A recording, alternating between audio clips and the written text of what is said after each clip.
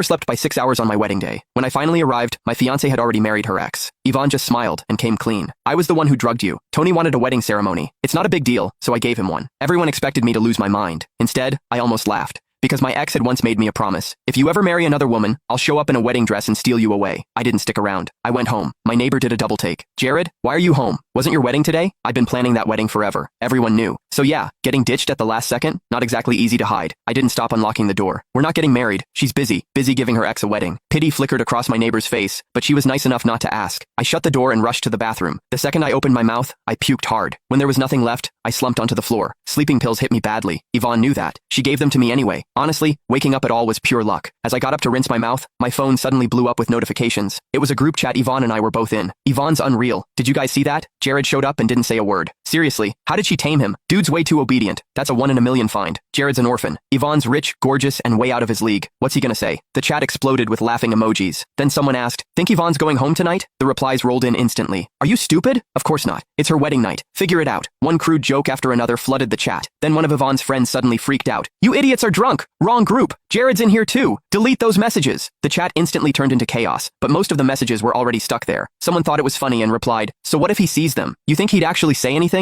I didn't react. I got up and made myself something to eat. Right after my last bite, the front door swung open. Yvonne stumbled in, reeking of booze. When I didn't rush over like usual, she gave a soft laugh. Then she came up behind me and wrapped her arms around me. It was just a wedding. It's not that serious. Just public humiliation in front of everyone. Right. I stood up with my plate and stepped out of her arms, heading for the kitchen. Yvonne followed. Something cold brushed my wrist. I looked down. A men's bracelet. Sissy as hell. One of Tony's favorites. Thanks. I said it while washing the dishes. Yvonne relaxed and leaned in. I stepped aside and put the plate away. Then I smiled. You forgot. I'm allergic to alcohol. Yvonne frowned, watching me like she had something to say. Then her phone rang. Tony. Her face lit up instantly. She answered and headed for the study. Click. The door locked behind her. I dried my hands, and my phone rang too. Monday morning. Let's get the marriage license. I replied, okay. Then I went to the bedroom to pack. In the closet, I found a shirt that wasn't mine. Wrinkled, crumpled, like someone had shoved it in there fast. A closer look showed dried stains on the fabric. The door creaked. Yvonne walked in. The second she saw my red eyes, she knew. She calmly took the shirt from me. Maybe Ava or one of the girls left it here when they brought their boyfriends over. I lowered my head, hands shaking. Not from sadness, from disgust. Yvonne clearly got the wrong idea. She lifted a hand and brushed my cheek, almost compulsively. Jared, know what I like most about you? Before I could answer, she answered herself. Obedient. I'd heard that word more times than I could count. Obedient, reasonable, well-behaved, like a cat, like a dog, anything but a person. Tony's in the past. I gave him the wedding as a way to make it up to him. Don't overthink it. She patted my head like I was a pet, just like back then. Because of one casual decision from her, I was brought to the city for school. Then Tony played victim, and I was shoved right back into a corner, left for those rich kids to laugh at, like it was nothing, like I was something they could toss around whenever they felt like it.